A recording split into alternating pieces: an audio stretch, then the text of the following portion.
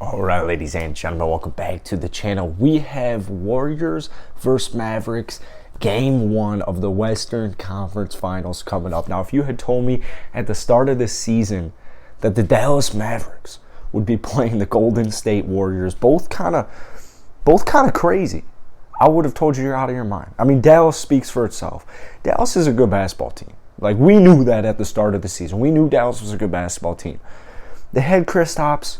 You know, he's cool and all, but like he just wasn't really getting the job done. You know, the Mavs, they run this heliocentric offense, so basically it's kind of like the planets revolving around the sun is the best way to explain that. Basically, you have Luka Doncic, you've got your son, and then you've got guys who, you know, they're on the perimeter. You know, you got Dwight Powell there, but they're just guys who pretty much cover up Luka's flaws, and you know, they're shooters. They can definitely knock down open shots, and then they're rim getters. Like, they love getting downhill. They're great at driving. They're great at dunking. They're great at finishing. And then you have the Golden State Warriors who, you know, we knew Steph Curry, Draymond Green, and Jordan Poole. We knew that was going to be, Jordan Poole, Klay Thompson. We knew that was going to be something, right? Klay Thompson was scheduled to return for the first time in several seasons. We were thinking, all right, you know, they're going to be a good team. You know, a lot of people at the beginning of the season had Suns Warriors as their Western Conference Finals prediction, just because we know so much about Steph, we know so much about Dre.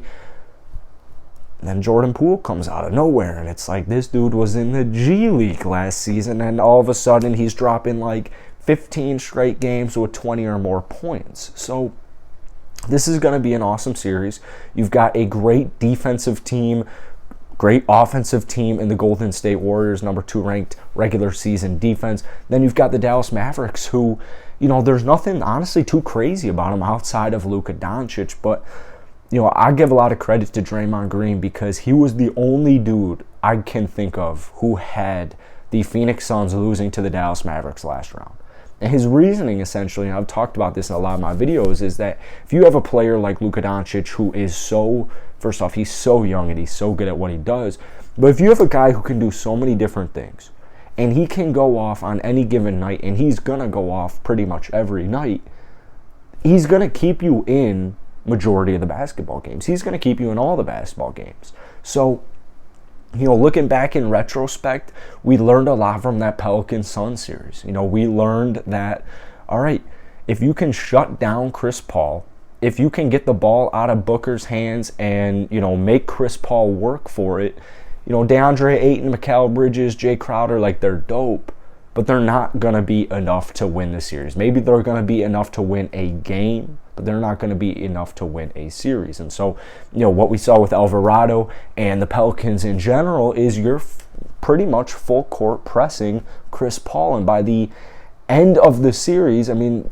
this man's gassed. By the end of every game, this man's, you know, a lot tired than he would have been in the regular season. And so, you know, my early predictions with this game, with this series is, and I said this in my podcast today, I've got the Warriors in 6.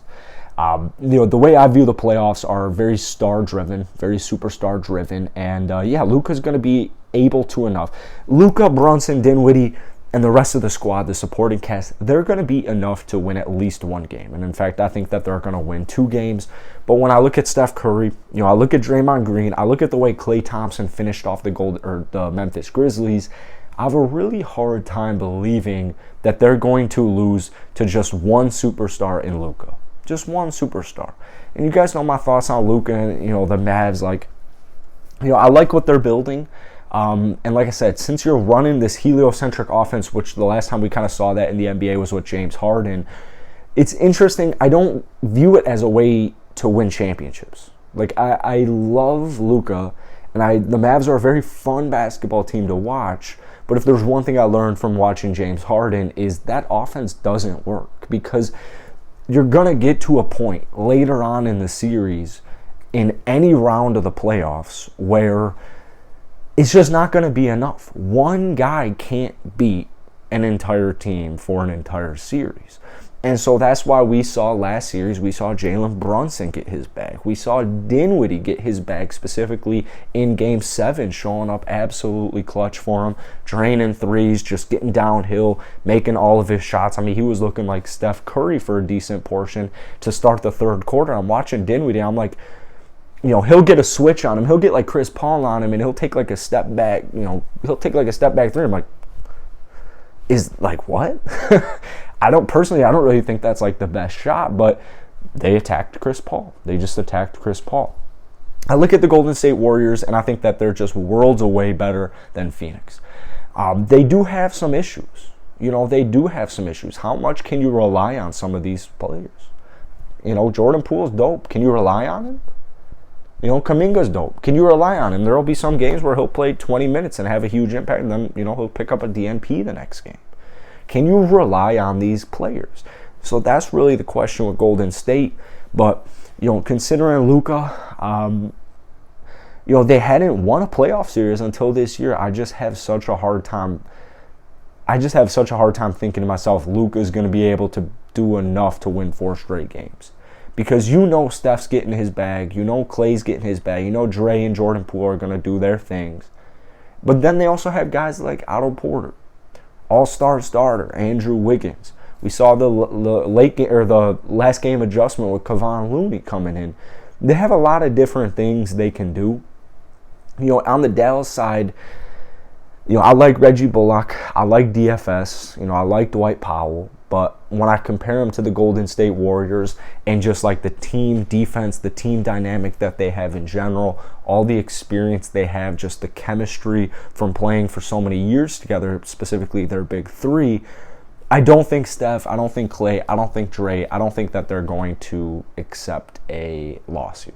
So, you know, even thinking more long-term, personally, I have the Celtics Warriors in my finals. That's my finals matchup, my finals prediction. I do think Golden State takes care of them in, you know, probably 7 games, but a lot can happen until then. I don't want to get too far ahead of myself.